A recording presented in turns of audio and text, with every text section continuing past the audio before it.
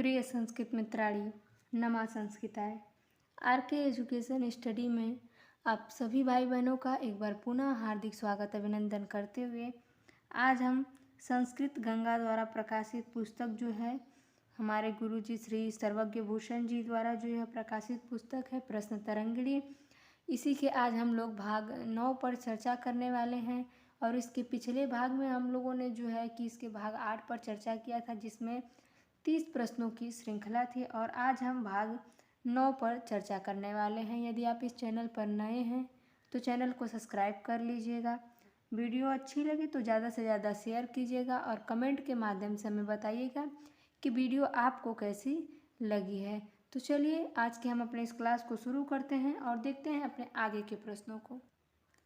तो देखिए प्रश्न नंबर 91, इसके पहले की जो पिछली क्लास थी भाग 8, और भाग 8 में हम लोगों ने 90 नंबर के प्रश्नों तक चर्चा किया था और आज हम 91 नंबर के प्रश्न को देखेंगे। तो देखिए कह रहा है कि स्वानुभूतेक मानाय नमः शांताय तेजसे, अत्र तेजसे इत्यत्र का विभक्ति। यहाँ जो है तेजसे में विभक्ति पूछ रहा है और यह पंक्ति हम देखेंगे तो यह नीति शतक का जो मंगलाचरण ये एकदम शुरुआत में आप लोग चले जाएंगे। मंगलाचरण जो है कि दिक्कालाद अनवंचिन्ना अनन चिन्मात्र मूर्तये स्वानुभूतेक मानाय नमः शांताय तेजसे। तो यह जो है कि नीति शतक के मंगलाचरण की जो है यह दूसरी पंक्ति है। उस मंगलाचरण में बताया गया है कि दिशा और काल आदि द्वारा अपरिमेय अनंत तथा ज्ञानमय स्वरूप वाले केवल निजी अनुभव द्वारा जानने योग्य शांत एवं ज्योति स्वरूप ब्रह्मा को मैं नमस्कार करता हूँ। इसमें कबीर जी ब्रह्मा जी को नमस्कार कर रहे हैं और उनका जो है विशेषण देते हुए बता रहे हैं। तो देखिए इस प्रश्न में क्या पूछा है कि तेजसे इत्यत्र का विभक्ति, तेजसे में कौन सी विभक्ति है। यहाँ देखिए विभक्ति पूछ रहा है, यहाँ जो दिया है हमारा तेज से, तो इसमें हम देखेंगे कि कौन सी विभक्ति है। तो देखिए ए ऑप्शन हमारा दे दिया है कि प्रथमा, बी दे दिया है कि द्वितीया, सी कह रहा है चतुर्थी और डी कह रहा है कि तृतीया। तो प्रश्न नंबर 91 में हम देखेंगे तो तेजसे में जो है चतुर्थी विभक्ति लगी हुई है। प्रश्न नंबर 91 में विकल्प हमारा सी सही हो जाएगा। अब हम देखेंगे प्रश्न नंबर 92, करा कि अभिज्ञानम इत्यस्य तात्पर्यम अभिज्ञान शाकुंतले वर्तते। अभिज्ञान में जो है अभिज्ञान शाकुंतलम में अभिज्ञान का तात्पर्य जो है पूछ रहा है। तो इसमें हम देखेंगे तो ऑप्शन ए करा है कि मित्रता, बी करा है अज्ञानम, सी करा है अध्ययनम और डी करा है कि अंगुलीयकम। तो अंगुलीयकम जो होता है इसका मतलब होगा कि अंगुली, और अभिज्ञान का अर्थ होता है चिन्ह या पहचान, और चिन्ह और पहचान के रूप में शकुंतला के पास दुष्यंत की जो है मुद्रिका व अंगूठी जो होती है। तो इसमें इसका जो है कि पूछ रहा है कि तात्पर्यम अभिज्ञान शकुंतले वर्तते। तो डी ऑप्शन हमारा सही हो जाएगा कि अंगुलीयकम। प्रश्न नंबर 92 में विकल्प हमारा डी सही होता है। अब हम प्रश्न नंबर 93 को देखेंगे कि पितृशब्दस्य शुद्धम रूपम किम। ऑप्शन ए पितृन, बी पितृड़ा, सी पितृण और डी पित्यस्य। तो पितृ शब्द का जो हमारा शुद्ध रूप बनेगा वह हमारा बनेगा पितृण। प्रश्न नंबर 93 में विकल्प हमारा सी सही हो जाएगा। अब देखिए प्रश्न नंबर 94 में पूछ रहे हैं कि हरये इत्यस्मिन् पदे क संधि। हरय जो ये हमारा पद दिया हुआ है इसमें कौन सी संधि है। ऑप्शन ए गुण संधि, बी यड़ संधि, सी अयादि संधि और डी कह रहा है कि वृद्धि संधि। तो हरय में हम लोग देखेंगे तो इसमें जो है हमारी अयादि संधि हुई है। प्रश्न नंबर जो हमारा 94 है, हरय इतस्मिन् पदे क संधि, तो अयादि संधि, गुण यड़ और वृद्धि नहीं होगा। प्रश्न नंबर 94 में विकल्प हमारा सी सही हो जाएगा। अब देखिए प्रश्न नंबर 95, कह रहे हैं कि कालिदासानुसारम चेतना चेतनेषु कृपणः क भवति। देखिए यह जो प्रश्न है जो कल हम लोग श्रृंखला हल किए थे उसमें भी पूछा गया था, यानी कि इस प्रश्न को आप इम्पोर्टेंट कह सकते हैं। और देखिए ऑप्शन ए कर रहा है कि शोकार्तः, बी कर रहा है कि क्षुधार्तः, सी कर रहा है रोगार्तः और डी कर रहा है कि कामार्तः। तो यदि आप मूल ग्रंथ का वाचन किए होंगे तो आपको ज्ञात होगा कि एक श्लोक है कि कामार्ता ही प्रकृत कृपणा चेतना चेतनेषु, यानी कि जो कामातुर व्यक्ति होता है वह चेतन और अचेतन में भेद नहीं कर पाता है। और इसमें कामातुर कौन होता है, तो यक्ष होता है। तो यहाँ पूछ रहे हैं कि कालिदासानुसारम चेतना चेतनासु कृपणः क भवति, तो कामार्तः भवति। शोकार्तः नहीं होगा, रोगार्तः और क्षुधार्तः भी नहीं होगा, कामार्तः। प्रश्न नंबर 95 में विकल्प हमारा डी सही हो जाएगा। अब हम देखेंगे प्रश्न नंबर 96 को। 96 नंबर प्रश्न में पूछा जा रहा है कि बाणभट्ट से निवास स्थानम अस्ति। बाणभट्ट का निवास स्थान है। ऑप्शन ए कह रहा है कि प्रतिकूटे, बी कह रहा है कि चित्रकूटे, सी कह रहा है आम्रकूटे और डी कह रहा है कि साकेते। तो देखिए बाणभट्ट के बारे में यदि हम बात करें थोड़ी सी, तो बाणभट्ट जो है इनके पिता का जो नाम होता है वह चित्रभानु होता है और इनकी माता का नाम होता है राजदेवी। गुरु के नाम इनका भर्भु या भत्सु भी मिलता है। पितामह का नाम इनके अर्थपति होता है। पुत्र का नाम इनके भूषण भट्ट या पुलिंद भट्ट होता है। आश्रयदाता इनके सम्राट हर्षवर्धन जो है वह माने जाते हैं और इनका समय 7वीं शताब्दी का पूर्वार्ध बताया जाता है। अब बात करें इनके निवास स्थान की, तो इनका निवास स्थान जो है सोन नदी के पास प्रतिकूट नामक जो ग्राम होता है उसे बताया जाता है और इसे वर्तमान में शाहाबाद के नाम से जानते हैं, जो बिहार के आरा जिले में पड़ता है। प्रतिकूट इसे वर्तमान में शाहा जिले के नाम से जानते हैं। तो 96 नंबर जो हमारा प्रश्न है इसमें ए ऑप्शन हमारा सही हो जाएगा कि प्रतिकूटे। प्रश्न नंबर 96 में विकल्प हमारा ए सही होता है। अब देखिए प्रश्न नंबर 97 पूछ रहे हैं कि अभिज्ञान शाकुंतलस्य कथा महाभारतस्य कस्मिन् पर्वणि प्राप्यते। अभिज्ञान शाकुंतलम की कथा महाभारत के किस पर्व से प्राप्त है। तो देखिए ऑप्शन ए करा है कि वन पर्वणि, बी करा है कि सभा पर्वणि, सी करा है कि आदि पर्वणि और डी करा है कि शांति पर्वणि।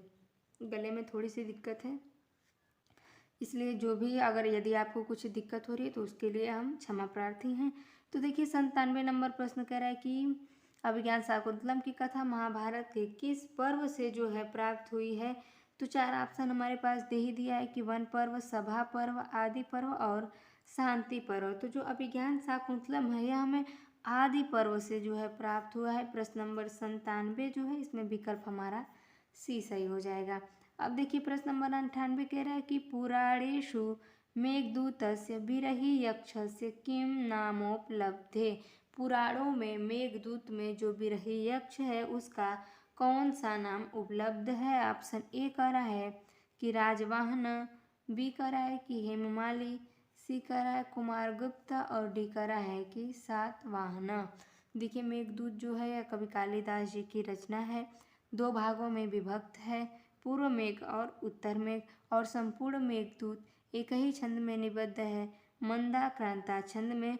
और मेघदूत में यक्ष और यक्षिणी में किसी का भी नाम नहीं लिया गया है। कश्चित से यह ग्रंथ शुरू हो जाता है कि कश्चित कांता विरह गुरुणाम, यानी कोई यक्ष।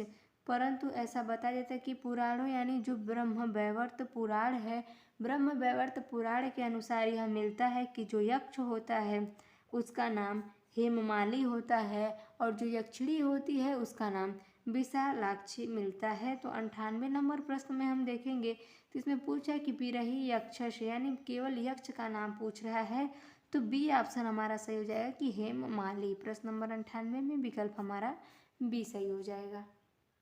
अब देखिए प्रश्न नंबर 99 कस्मिन् काव्ये सर्गान्ते लक्ष्मी इति पद्यम प्राप्यते। कस्मिन् यानी कौन से काव्य का सर्ग का अंत लक्ष्मी पद से होता है। ऑप्शन ए कह रहा है कि नैषधीय चरिते, बी कह रहा है कुमार संभवे, सी कह रहा है कि हर विजय और डी कह रहा है कि किरात अर्जुनीय। तो इसमें हम देखेंगे 99 नंबर प्रश्न में, तो जो हमारा किरात अर्जुनीयम महाकाव्य हमारे कवि भारवी जी की रचना है, यही जो हमारा काव्य है यह श्रीय शब्द से शुरू होता है और लक्ष्मीयांत शब्द से इसका अंत होता है। और यह बार बार जो है बताया गया है, चूँकि यह इम्पोर्टेंट है। इसके पहले भी जो हमारे प्रश्नोत्तरियाँ हुई थी प्रश्न तरंगड़ी के अतिरिक्त भी, उन प्रश्नोत्तरियों में भी यह सवाल पूछे गए थे और गुरु जी द्वारा भी यह सवाल जो है पूछा जा रहा है। तो यह सवाल काफ़ी ज़्यादा आप लोग इसे इम्पोर्टेंट कह सकते हैं। और किरात अर्जुनीयम जो है यही जो है हमारा श्रीय शब्द से शुरू होता है और लक्ष्मी शब्द से इसका अंत होता है। और इसमें लगभग 1040 श्लोक बताए गए हैं। यह हमारे कवि भारवी जी की रचना है और किरात अर्जुनीयम का प्रथम सर्ग जो है हमारे टीजीटी में लगा हुआ है। तो प्रश्न नंबर 99 में हम देखेंगे तो इसमें विकल्प हमारा डी सही हो जाएगा। अब देखिए प्रश्न नंबर 100 पूछ रहे हैं कि बिलासवती कस्य पत्नी आसीत। बिलासवती किसकी पत्नी है? हमारा कादम्बरी से प्रश्न उद्धृत है। ए ऑप्शन कर रहा है कि सुखनासस्य, बी कर रहे हैं कि तारापीडस्य, सी कर रहे हैं चंद्रापीडस्य और डी ऑप्शन कर रहे हैं कि पुंडरीकस्य। तो बिलासवती जो थी वह न ही सुकनास की पत्नी थी, न चंद्रापीठ की और न ही पुंडरीक की, वह तारापीठ की पत्नी होती हैं। प्रश्न नंबर 100 में विकल्प हमारा बी सही हो जाएगा। अब देखिए प्रश्न नंबर 101 करें कि विभाति काय करुणाकुलानां रिक्त स्थानम पूर्यत। तो ऑप्शन जो है इसमें ए कर रहा है कि परोपकारेण न कुंडलेन, यानी परोपकार से न कुंडल से। बी कह रहे हैं कि परोपकारेण न कंडकेन, सी कह रहे हैं कि परोपकारेण न कज्जलेन और डी करें परोपकारेण न चंदनेन। तो जो दयालु व्यक्ति होते हैं उनकी जो शोभा होती है वह चंदन से नहीं होती, वह परोपकार से होती है, जो हमारा डी ऑप्शन है 101 नंबर प्रश्न में। तो प्रश्न नंबर 101 में जो है वो हमारा डी ऑप्शन हो जाए कि परोपकारेण न चंदनेन, यानी परोपकार से न कि चंदन से। तो प्रश्न नंबर 1 में विकल्प हमारा डी सही हो जाएगा। अब देखिए प्रश्न नंबर 102 कह रहे हैं कि पदवाक्य प्रमाणज्ञो भवभूति नाम जतुकर्णी पुत्र इति केन उक्तम, यानी कि शब्दों का प्रमाण जानने वाले जतुकर्णी के पुत्र भवभूति, यह किसने कहा है या किसकी उक्ति है, किसके द्वारा कहा गया है। तो ऑप्शन ए कर रहा है कि नट्या, बी कर रहे हैं कि सूत्रधारेण, सी कर रहे हैं विदुषकेन और डी कर रहे हैं कि मैत्रेया। तो 102 नंबर प्रश्न में हम देखेंगे तो इसमें जो हमारा बी ऑप्शन दिया है कि सूत्रधारेण, तो यह पदवाक्य प्रमाणज्ञो भवभूति नामः जतुकर्णी पुत्र, यह सूत्रधार जो है सूत्रधारेण ऑप्शन दिया है। तो यह इसमें बी ऑप्शन हमारा सही हो जाएगा कि सूत्रधारेण। प्रश्न नंबर 102 में विकल्प हमारा बी सही होता है। अब देखिए प्रश्न नंबर 103 करें कि छाया सीतया सह दंडकारण्ये रामभद्रः का पश्यति। ऑप्शन ए भागीरथी, बी तमसा, सी मुरला और डी न कचित, यानी कोई नहीं। जैसे पूछ रहा है कि दंडक वन में रामभद्र को छाया रूपी सीता के साथ कौन देखता है? भागीरथी देखती हैं कि तमसा की मुरला की कोई नहीं। तो 103 नंबर प्रश्न में हम देखेंगे तो इसमें भी हमारा जो है बी ऑप्शन सही हो जाएगा कि छाया रूपी सीता के साथ रामभद्र को दंडकारण्य में जो है वह तमसा देखती हैं। और प्रश्न नंबर 103 में विकल्प हमारा बी सही हो जाएगा। अब हम देखेंगे प्रश्न नंबर 104 को। इसमें कह रहे हैं कि स्वर संधौ और आदेशो भविष्यति। स्वर संधि में और आदेश होता है। ऑप्शन ए कर रहे हैं कि ऋकारात अकारे परे, बी कर रहा है कि अकारात ऋकारे परे और सी ऑप्शन कर रहा है कि अकारात लिकारे परे और डी कर रहा है कि ऋकारात अकारे परे। तो स्वर संधि में और आदेश होता है, कब होता है? तो अकारार्थ ऋकारे परे। प्रश्न नंबर 104 में विकल्प हमारा बी सही हो जाएगा। अब देखिए प्रश्न नंबर 105 में कह रहे हैं कि श्री इति शब्दस्य पंचमेकवचनस्य रूपम चिनुत। जो श्री है इस शब्द का पंचमी एक वचन में कौन सा रूप बनेगा हमारा? तो ऑप्शन ए करा है कि श्रिया, बी करा है कि श्रिय, सी करा है श्रिय और डी करा है कि एक अस्माधिक, यानी एक से अधिक। तो 105 नंबर प्रश्न में हम देखेंगे तो इसमें जो है हमारा डी ऑप्शन सही हो जाएगा। प्रश्न नंबर 105 में हमारा जो है डी ऑप्शन सही हो जाएगा कि पंचमी एक वचन में जो रूप बनेगा तो श्रिया श्रियः श्रिय यानी एकस्माधिक। प्रश्न नंबर 105 में विकल्प हमारा डी सही होता है। अब देखिए प्रश्न नंबर 106, माता पुत्रम प्रीणाति इत्यस्य कर्मवाच्यम स्यात्। 4 ऑप्शन दे दिए हैं, इसमें कर्मवाच्य जो है हमें देखना है। तो ऑप्शन ए करा है कि माता पुत्रम प्रीयते, बी करा है कि माता पुत्रम प्रीयते, सी करा है कि मात्रा पुत्रः प्रीणायते और डी कह रहा है कि मात्रा पुत्र प्रीणीयते। तो माता पुत्रम प्रीणति यानी कि माँ अपने बेटे से प्यार करती है। तो ए इसका कर्मवाच्य बनाना था। ए कह रहा है कि मात्रा पुत्रम प्रीयते, माँ अपने बेटे से प्रसन्न है। बी कह रहा है कि मात्रा पुत्र प्रीयते, माँ बेटे से प्यार करती है। सी कह रहा है कि मात्रा पुत्र प्रीणायते यानी माँ बेटे को प्रसन्न करती है। और डी कह रहा है कि मात्रा पुत्र प्रीणीयते, माँ पुत्र से प्रसन्न होती है। तो इसका जो है हमें कर्मवाच्य बनाना है। तो 106 नंबर प्रश्न में हम देखेंगे तो बी ऑप्शन हमारा सही हो जाएगा कि माँ बेटे से प्यार करती है, माता पुत्र प्रीयते। प्रश्न नंबर 106 में विकल्प हमारा बी सही हो जाएगा। अब देखिए प्रश्न नंबर 107। 107 नंबर का प्रश्न कर रहा है कि उचितम संख्या पदम चित्वा वाक्यानि पूरयत, यानी जो संख्या पद हमारा दिया है कि दो दे द्यो द्वयाभ्याम, इस संख्या पद को चुन के ये जो खाली स्थान है इसमें भरना है। तो देखिए कह रहे हैं कि डॉट डॉट डॉट बालिकायो भ्रातरः कुत्रः सन्ति। ऑप्शन ए करा है कि दो, बी करा द्वे, सी करा द्यो और डी करा है कि द्वयाभ्याम। तो 107 नंबर प्रश्न में हम देखेंगे तो इसमें हमारा सी ऑप्शन सही हो जाएगा कि द्यो बालिकयो भ्रातरः कुत्र सन्ति, दो बालिकों के जो हैं भाई कहाँ हैं। प्रश्न नंबर 107 में विकल्प हमारा सी सही हो जाएगा।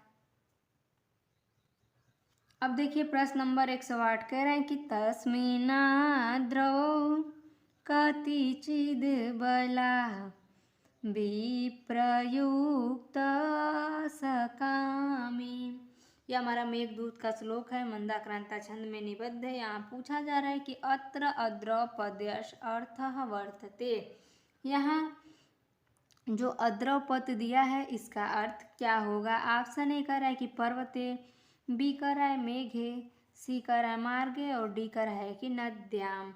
तो 108 नंबर प्रश्न में हम देखेंगे तो यहाँ अद्रौ जो पद हमारा दिया है इसमें हमारा ऑप्शन ए सही हो जाएगा कि पर्वते इसका अर्थ होगा। प्रश्न नंबर 108 में विकल्प हमारा ए सही हो जाएगा।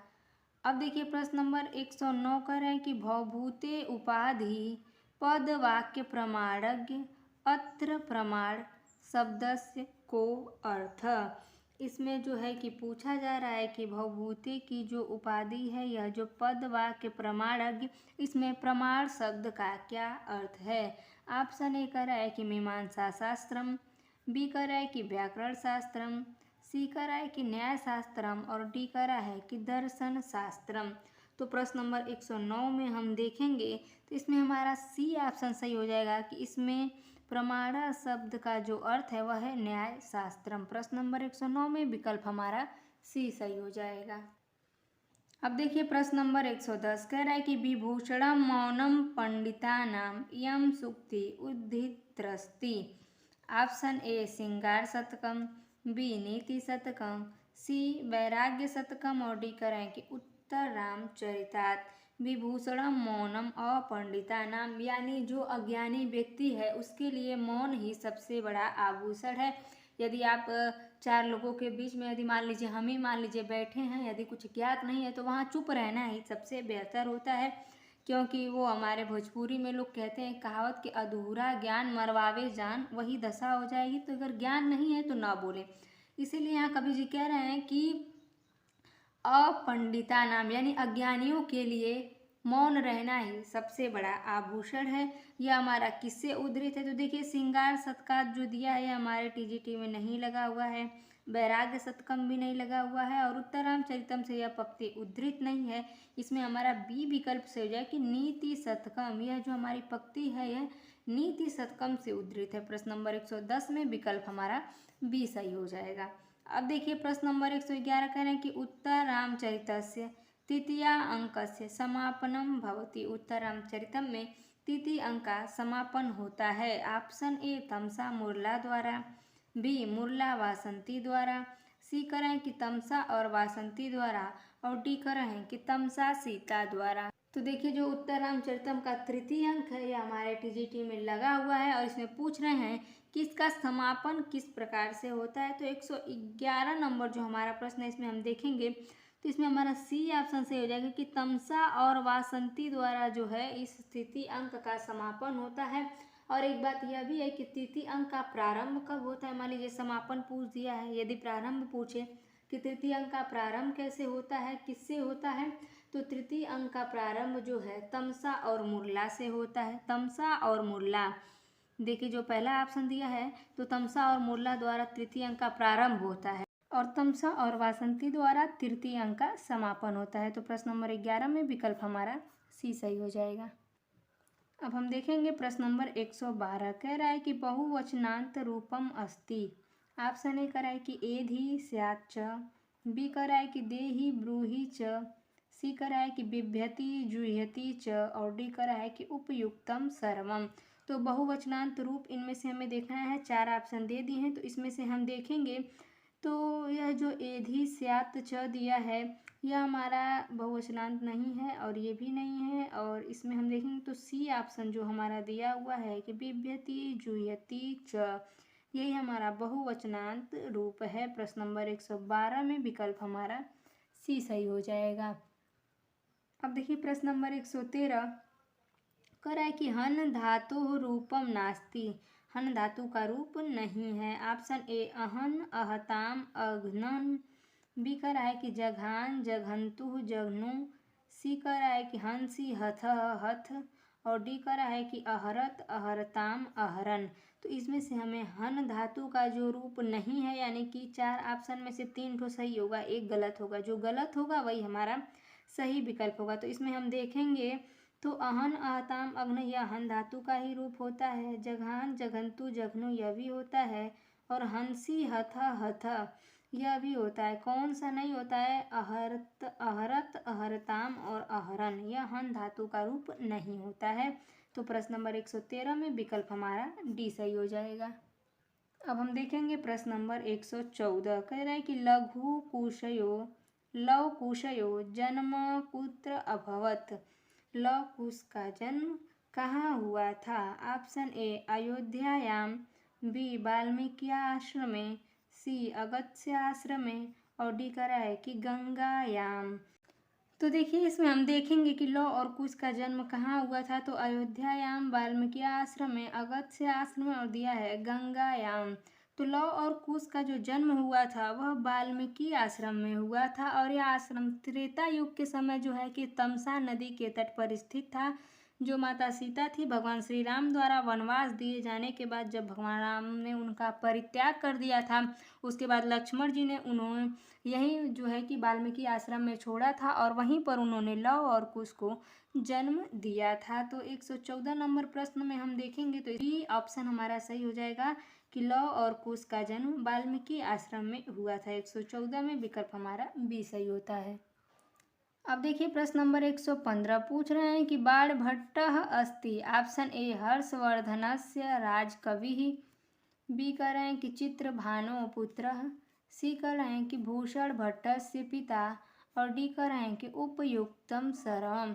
यानी बाणभट्ट हैं हर्षवर्धन के राजकवि, यह ऑप्शन हमारा सही हो जाएगा। चित्रभानु पुत्र यानी चित्रभानु के पुत्र, यह भी ऑप्शन हमारा सही है। भूषण भट्टस्य पिता यानी कि भूषण भट्ट के पिता, यह भी ऑप्शन हमारा सही है। तो जब तीनों सही है तो हमारा डी विकल्प सही हो जाएगा कि उपर्युक्तम सर्वम, यानी कि उपयुक्त सभी सही हैं।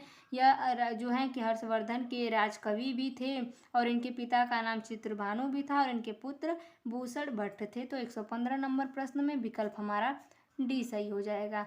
अब देखिए प्रश्न नंबर 116 का है कि रघुवंशी राजकुमारेषु कह ज्येष्ठ, रघुवंशी राजकुमारों में कौन ज्येष्ठ है? ऑप्शन ए लवह, बी करें कुशः, सी चंद्रकेतु और डी करें हैं कि पुष्कर। तो प्रश्न नंबर 116 में हम देखेंगे जो विकल्प है वो हमारा बी सही हो जाएगा कि कुश। लव और कुश में जो है कि रघुवंशी राजाओं में जो लव और कुश होते हैं इनमें से कुश जो हैं वह बड़े होते हैं, चंद्रकेतु जो हैं वो लक्ष्मण के पुत्र होते हैं तो वह छोटे होते हैं, लव भी छोटे होते हैं, कुश जो होते हैं वह बड़े होते हैं। प्रश्न नंबर 116 में विकल्प हमारा बी सही हो। प्रश्न नंबर 117 पूछ रहे हैं कि किम शुद्धम वाक्यम, शुद्ध वाक्य कौन सा है? ऑप्शन ए कृष्णः त्वं च लिखतः, बी सा त्वमः च हसतः, सी सह त्वमः च पठामः और डी उपर्युक्तम सर्वम शुद्धम, यानी कि उपयुक्त सभी शुद्ध हैं। तो 117 नंबर प्रश्न में हम देखेंगे तो इसमें बी ऑप्शन जो है यह हमारा सही है कि सा त्वमः च हसत। प्रश्न नंबर 117 में विकल्प हमारा बी सही हो जाएगा। अब देखिए प्रश्न नंबर 118 कह रहे हैं कि नीति शतकानुसारम हरहो तुष्टे देहिना किम संप्राप्यते। ऑप्शन ए कह रहे हैं कि वंचकः परिजन, बी क्लेशम क्लेशम मनः, सी विद्यावदातम मुखम और डी उपर्युक्तम सर्वम। तो प्रश्न नंबर 118 में हम देखेंगे कि नीति शतक का अनुसार हरौ तृष्टे देहिना किम श्रम पश्यते, तो विद्यावदातम मुखम। प्रश्न नंबर 118 में विकल्प हमारा सी सही हो जाएगा। अब हम देखेंगे प्रश्न नंबर 119 कह रहे हैं कि सा मा पश्यति कर्मवाच्ये परिवर्तय। तो इसमें जो है कर्मवाच्य में इसको हमें परिवर्तन करना है। सा मा पश्यति जो है विकल्प हमारा दे दिया है 4 ठो, तो इसमें हम देखेंगे कि वह मुझे देखती है। ऑप्शन ए करा है कि तया अहम दृश्यते, बी करा है कि तया अहम पश्यते, सी करा है कि तया अहम पश्ये और डी करा है कि तया अहम दृश्ये। तो प्रश्न नंबर 119 में हम देखेंगे तो इसमें जो विकल्प हमारा डी दिया है कि तया अहम दृश्यते वह सा मा पश्यति का कर्मवाच्य का रूप होगा। प्रश्न नंबर 119 में विकल्प हमारा डी सही हो जाएगा। अब देखिए प्रश्न नंबर 120 में पूछ रहा है कि किम शुद्धम रूपम वर्तते, कौन सा इसमें शुद्ध रूप है? ऑप्शन ए क्षणाम, बी षड़वती, सी द्वयमपि शुद्धम यानी दोनों शुद्ध हैं और डी न किमप्य शुद्धम यानी कोई भी शुद्ध नहीं है। तो 120 नंबर प्रश्न में हम देखेंगे तो इसमें डी ऑप्शन हमारा सही हो जाएगा कि इसमें से कोई भी शुद्ध नहीं है, न षडाम है न षड़वती और ना ही यह दोनों। तो विकल्प हमारा डी सही हो जाएगा कि न किमप्य शुद्धम। प्रश्न नंबर 120 में ऑप्शन हमारा डी सही होता है। अब हम देखेंगे प्रश्न नंबर 121 करें कि इतम भूत लक्षणे इत्यस्य उदाहरणं नास्ति। ऑप्शन ए पत्न्या गृहस्थ, बी हलेन कृषकः, सी करा है कि वेशेण साधु और डी करा है कि गोत्रेण गार्ग्यः। तो इतम भूत लक्षणे इत्यस्य उदाहरणं नास्ति, इसमें पूछ रहा है कि उदाहरण नहीं है। तो 121 नंबर प्रश्न में हम देखेंगे तो पत्न्या गृहस्थ यह इतम भूत लक्षणे उदाहरण है, यह भी है और यह भी है नहीं है। तो डी ऑप्शन जो हमारा दिया है कि गोत्रेण गार्ग्य यह इतम भूत लक्षणे का उदाहरण नहीं है। प्रश्न नंबर 121 में विकल्प हमारा डी सही हो जाएगा। अब हम बात करते हैं प्रश्न नंबर 122 कह रहे कि द्विगु समासः नास्ति। ऑप्शन ए द्वित्रा पंचसा द्वादश, बी पंचगंगम द्विमुनम सप्तगंगम, सी दशानन पंचानन चतुरानन और डी उपर्युक्तेषु एकाश्मधिकः यानी उपर्युक्त में एक से अधिक। तो 122 नंबर प्रश्न में हम देखेंगे कि द्विगु समास का उदाहरण नहीं है। तो जो ये 3 ऑप्शन दे दिए हैं इनमें से जो है द्वित्रा पंचसा द्वादश पंचगंगम द्विमुनय सप्तगंगम दशानन, पंचानन और चतुरानन। इनमें से हमें बताना है कि द्विगु समास का उदाहरण नहीं है, तो इनमें कई ऐसे हैं जो द्विगु समास के उदाहरण नहीं है, तो डी विकल्प हमारा सही हो जाएगा कि उपयुक्तेषु एकस्माधिक, यानी उपयुक्त में एक से अधिक। 122 नंबर प्रश्न में विकल्प हमारा डी सही हो जाएगा। अब हम देखेंगे प्रश्न नंबर 123। कह रहे हैं कि शुद्धम वाक्यम चिनुत, शुद्ध वाक्य चुनिए। ऑप्शन ए बालकः कन्दुकं क्रीडति, बी बालकः कन्दुकेन क्रीडति, सी बालकः कन्दुकः क्रीडति और डी उपर्युक्तेषु एकस्माधिक, उपयुक्त में एक से अधिक। तो 123 नंबर प्रश्न में हम देखेंगे कि इसमें से शुद्ध वाक्य कौन सा है, तो शुद्ध वाक्य होगा हमारा बालकः कन्दुकेन क्रीडति। 123 नंबर प्रश्न में विकल्प जो है वह हमारा बी विकल्प सही हो जाएगा। अब हम देखेंगे प्रश्न नंबर 124। कह रहे हैं कि नीलम उत्पलम नीलोत्पलम इत्यत्र समासः वर्तते। जो नीलोत्पलम है इसमें कौन सा समास है? ऑप्शन ए करें कि विशेषण पूर्व पद कर्मधारय है, बी उपमान पूर्व पद कर्मधारय है और सी उपमानोत्तर पद कर्मधारय है और डी विशेषणोभय पद कर्मधारय है। तो कर्मधारय समास ही है, लेकिन इसमें से भी कौन सा है या पूछा जा रहा है। तो देखिए 124 में हम देखेंगे कि नीलम उत्पलम जो है बराबर नीलोत्पलम, इसमें कौन सा जो है समास है, तो इसमें हमारा विशेषण पूर्व पद कर्मधारय समास होगा। 124 नंबर प्रश्न में विकल्प हमारा ए सही हो जाएगा। अब हम देखेंगे प्रश्न नंबर 125। तो मित्रों आज की हमारी श्रृंखला का अंतिम प्रश्न होगा और यह आज का 35वां प्रश्न होगा। आज हम लोगों ने 35 प्रश्नों की श्रृंखला पर जो है चर्चा किया। तो देखिए क्या कह रहा है कि 501 संख्या या कृते किम शुद्धम। 501 जो संख्या है तो इसमें इसका जो देखिए संस्कृत में लिख दिया है कौन सा इसमें से सही है। तो देखिए ऑप्शन ए करा है कि एकाधिकम पंचशतम, बी एकोत्तरम पंचशतम, सी एकोन पंचशतम और डी एकोत्तर पंचशतम। तो 501 का जो है संख्या या कृते किम शुद्धम, इसमें हमें जो है शुद्ध बताना है। इसमें तो हम देखेंगे कि 501 का जो संस्कृत रूप होगा वह हमारा होगा एकोन पंचशतम। प्रश्न नंबर 125 में विकल्प जो है वह हमारा सी सही हो जाएगा। तो मित्रों आज की हमारी क्लास आपको कैसी लगी आप कमेंट के माध्यम से हमें ज़रूर बताइएगा और अगर अच्छी लग गई हो स्वयं को तो आप अपने मित्रों तक ज़्यादा से ज़्यादा शेयर कीजिएगा। हमारा बस एक ही लक्ष्य है कि आपकी सफलता में एक कदम हमारा भी हो, इससे अधिक और कुछ नहीं। तो प्रयास हमारा, सफलता आपकी। और आप यदि हमारे इस चैनल पर नए हैं तो चैनल को सब्सक्राइब भी कर लीजिएगा। प्रतिदिन इस चैनल से एक एक वीडियो जो है आप तक हमारे माध्यम से पहुंचाई जाती है। तो आप चैनल पर नए हैं तो सब्सक्राइब कर लीजिएगा। वीडियो अच्छी लगी हो तो लाइक भी कीजिएगा और कमेंट के माध्यम से बताइएगा जरूर। आपका जो भी कमेंट होगा पॉजिटिव नेगेटिव सभी कमेंट के जो हैं उत्तर दिए जाते हैं। ऐसा नहीं है कि कमेंट देखने के बाद कोई रिप्लाई ना किया जाता हो। तो आप अपना सजेशन भी हमें दे सकते हैं, इसके लिए हम आपका आभार व्यक्त करते हैं। मिलते हैं अब इसी के अगले पार्ट में, तब तक के लिए नमः संस्कृताय।